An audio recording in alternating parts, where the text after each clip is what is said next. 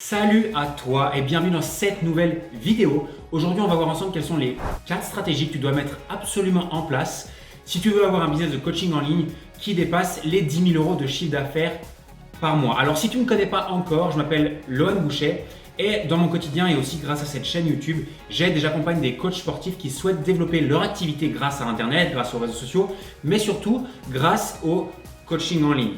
Donc, si tu es là aujourd'hui, c'est que tu veux en savoir plus et peut-être que tu as déjà lancé ton activité ou peut-être que tu es simplement au tout début et que tu souhaites savoir quels sont les ingrédients indispensables pour pouvoir développer ton business. Et ce que j'ai remarqué, c'est que la majorité des coachs qui se lancent, notamment les coachs qui se lancent seuls dans le bain, arrivent très rapidement à un plafond, que ce soit un plafond en termes de temps, que ce soit un plafond en termes de clients qu'ils peuvent prendre en même temps, que ce soit un plafond du coup en termes d'énergie disponible au quotidien et aussi un plafond du coup en termes de revenus dans ton coaching en ligne. Et à la base, si tu avais commencé le coaching en ligne, le coaching à distance, c'était pour augmenter tes revenus, augmenter tes possibilités et surtout augmenter ta liberté. Donc, dans cette vidéo, je vais t'expliquer les 4 points essentiels si tu veux développer ton business avec un nombre de clients illimité et surtout un chiffre d'affaires qui augmente au-delà et même bien au-delà pour certains d'entre vous des 10 000 € par mois. Pour te filer des exemples concrets, je vais non pas te dire ce que je pense, mais surtout je vais analyser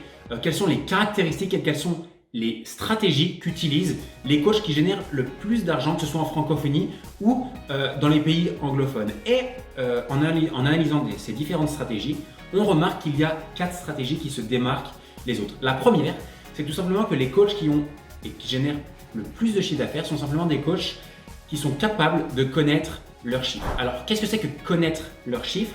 C'est simplement qu'ils sont capables de savoir combien de prospects arrivent chaque semaine dans leur business, qui sont capables de savoir combien de ces prospects prennent des rendez-vous téléphoniques avec eux. Ils savent aussi sur combien d'appels téléphoniques, ils savent exactement combien de ventes ils vont effectuer, ce qu'on appelle le closing rate ou le taux de transformation.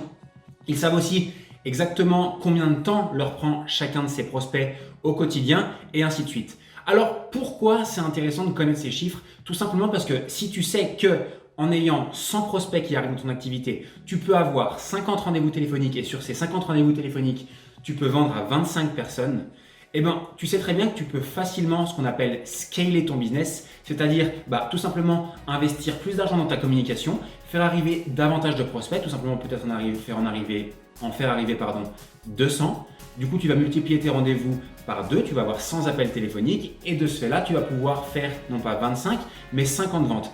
En connaissant simplement tes chiffres, tu vas savoir comment réguler et notamment comment scaler ton business pour obtenir davantage de clients, pour obtenir davantage de rémunération et faire davantage de bénéfices. Le second point commun, c'est souvent quelque chose qui est bien trop oublié par la majorité des coachs qui se lancent, c'est de vendre tout simplement plus cher tes services. Aujourd'hui, on a tendance à vouloir se brader, à copier sur les différents influenceurs qu'on peut voir sur les réseaux sociaux et vendre des programmes qui tournent entre 20, 30, 50, 70 € grand maximum. Et malheureusement, je suis navré de te dire que tu ne pourras pas te rémunérer comme ça. Et ce que tu dois simplement faire, c'est augmenter tout simplement le prix de tes prestations et tes accompagnements en ligne. Aujourd'hui, si tu suis déjà un petit peu ce que je fais, tu m'as déjà vu parler de ça dans d'autres vidéos, peut-être dans l'intérieur du groupe privé. D'ailleurs, le groupe privé, je te mets un lien en dessous de cette vidéo pour que tu puisses l'intégrer directement. Tu as déjà vu qu'aujourd'hui, dans le coaching en ligne, on peut vendre du coaching à distance aux alentours de 200, 300, 400 et pour certains entre 600 et 800 € par mois. Donc aujourd'hui, tu te rends compte qu'avec quelques clients, tu peux faire énormément de chiffre d'affaires. Alors, si tu es complètement débutant, je ne te dis pas que tu vas pouvoir tout de suite vendre à 600, 700 ou 800 € par mois, mais c'est vrai qu'avec la pratique, avec des stratégies, des méthodes, tu vas pouvoir augmenter tes tarifs au fur et à mesure. Et au-delà d'augmenter tes chiffres, il y a un autre paramètre que tu peux prendre en compte dans ton activité et c'est une erreur qui est bien trop souvent commise, c'est qu'on n'a pas de récurrence dans nos revenus.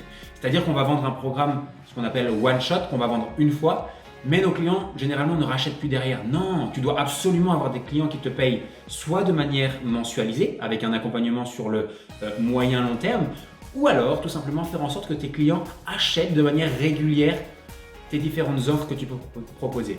À savoir que la récurrence mensuelle est la plus facile, la plus simple à mettre en place au démarrage. Le troisième point qui est primordial si tu veux donner la possibilité et te permettre de scaler ton business, c'est-à-dire d'avoir plus de clients, plus de revenus et du coup d'avoir aussi plus de temps pour toi, c'est de simplement optimiser ce que j'appelle la délivrabilité de ton coaching. Qu'est-ce que c'est que la délivrabilité de ton coaching? C'est que dès qu'un client commence à bosser avec toi, qu'est-ce qui se passe derrière? Est-ce que c'est compliqué? Est-ce que tu dois lui remettre des documents? Est-ce que tu vous appelez régulièrement, tous les jours? La clé, selon moi, c'est d'apporter énormément de valeur à ton client tout en gardant un maximum de simplicité. Alors, on pourrait croire que les deux sont contradictoires, mais pas du tout. L'idée, c'est vraiment de ficeler un process. Alors, on appelle ça le onboarding process. C'est OK que ton client sache exactement quoi faire à partir du moment où il commence. Tu pourrais tout simplement créer une vidéo de présentation ou les différentes étapes de ce qui doit être en place dès le démarrage et ensuite faire en sorte que ton client il n'ait que des petites actions à effectuer pour établir le coaching, que ce soit pour faire ses séances de sport, suivre sa nutrition, traquer ses résultats, que ce soit aussi tout simplement pour te rendre des comptes, faire des check-in hebdomadaires, faire les check-in mensuels. Donc l'idée, c'est vraiment de garder une simplicité parce qu'il faut que tu saches que la simplicité, c'est l'ultime sophistication. Et j'adore cette phrase parce qu'en fait, on a toujours tendance à vouloir en rajouter dans nos coachings, alors que nos clients, ils n'ont pas besoin de ça. Ils veulent juste quelque chose de très simple, easy to follow, donc très facile à suivre. Et c'est exactement de cette manière-là que tu vas leur donner un maximum de résultats, mais que ça va te permettre à toi d'avoir et d'engager un maximum de clients et du coup d'augmenter tes revenus sans que ce soit un casse-tête et que tu puisses vraiment gérer ton business de A à Z. La quatrième stratégie, et ça c'est quelque chose qui est hyper important selon moi, c'est qu'à partir du moment où tu as lancé ton activité, que tu as validé que tu avais bien choisi tes clients, ton client cible, que tu avais une offre qui fonctionnait bien et que tu commences à avoir une dizaine, une quinzaine de clients ensemble, une des tâches principales à laquelle tu dois t'atteler est de déléguer une partie de ton activité. Parce qu'on ne va pas se mentir, il y a énormément de choses à faire dans le coaching en ligne, que ce soit pour la partie marketing, que ce soit pour la partie vente, que ce soit pour délivrer le programme ou suivre les clients. Et en réalité, quand on obtient 10-15 clients, on ne peut pas être partout. Donc, ce qu'il faut absolument, c'est déléguer une partie du travail et je te conseille de déléguer la première partie. La première chose que tu as déléguée, c'est celle avec laquelle tu es le moins à l'aise. Ça peut être la création de contenu, ça peut être lancer des campagnes publicitaires sur Facebook, ça peut être toutes les parties administratives, ça peut aussi être le coaching de tes clients. Donc, il y a différentes choses que tu peux déléguer et je t'invite vraiment à le faire parce que la délégation, avoir une équipe, c'est quelque chose qui est indispensable à partir du moment où tu vas atteindre un certain palier, que ce soit un palier de clients ou un palier de revenus. Donc, simplement, prends les tâches avec lesquelles tu es familière, les choses que tu kiffes faire, sépare-les des choses que tu kiffes un petit peu moins, qui sont des contraintes avec lesquelles tu prends moins de plaisir, avec lesquelles tu n'es pas en ce qu'on appelle zone de génie, et essaye le plus rapidement possible de déléguer astucieusement ces tâches-là.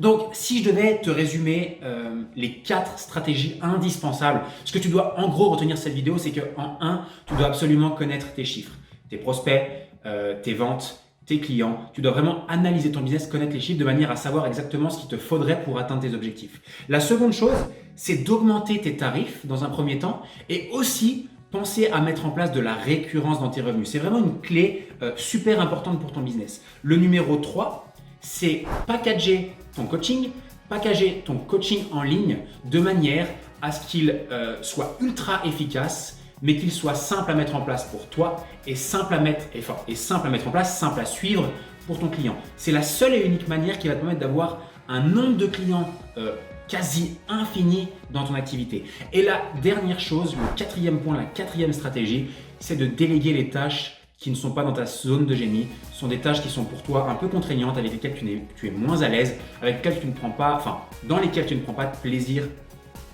particulier. Et ça, je t'invite à le déléguer le plus rapidement possible de manière à te focaliser sur ce qui apporte de la valeur à ton business, ce qui apporte de la valeur à tes clients et surtout ce qui apporte des résultats à tes clients et qui apporte des résultats à ton business. Un grand merci à toi pour avoir suivi cette vidéo. C'est terminé pour moi aujourd'hui. Si tu as kiffé et que tu souhaites recevoir davantage de vidéos de ma part, des conseils concernant le business de coaching en ligne, abonne-toi simplement à cette chaîne. Tu peux aussi me laisser un petit pouce si tu as kiffé la vidéo, ça m'encourage vraiment et ça booste aussi ma chaîne YouTube. Donc n'hésite pas à liker et mettre un petit commentaire si tu as kiffé cette vidéo. Un grand merci à toi, à la prochaine. Bye bye.